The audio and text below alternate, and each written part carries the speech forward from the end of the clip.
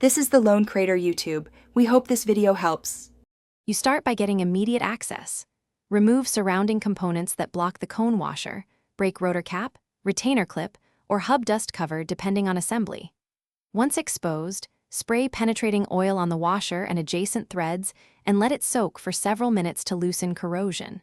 You should also gently tap the washer with a hammer through a soft punch to break rust bonds. Make sure you have the correct socket and pliers handy before you continue. You now focus on breaking the nut free. Hold the hub with one hand or an assistant while applying steady torque with a correctly sized socket and breaker bar. Once the castle nut or cone nut starts to turn, back it off several turns and remove any washers or spacers in sequence. Note orientation for reassembly. If threads are frozen, heat the nut area briefly to expand metal and then reapply penetrating oil. This differential expansion helps free the washer without damaging bearings.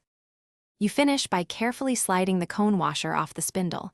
If it binds, use a gentle separator or a small internal puller to avoid scraping the bearing race.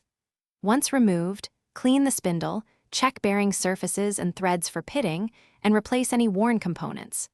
Reassemble in reverse order, using proper torque and feel for preload. If the washer refuses to move, alternate short heat applications and penetrating oil while tapping and using a puller. This combination solves most stubborn cases.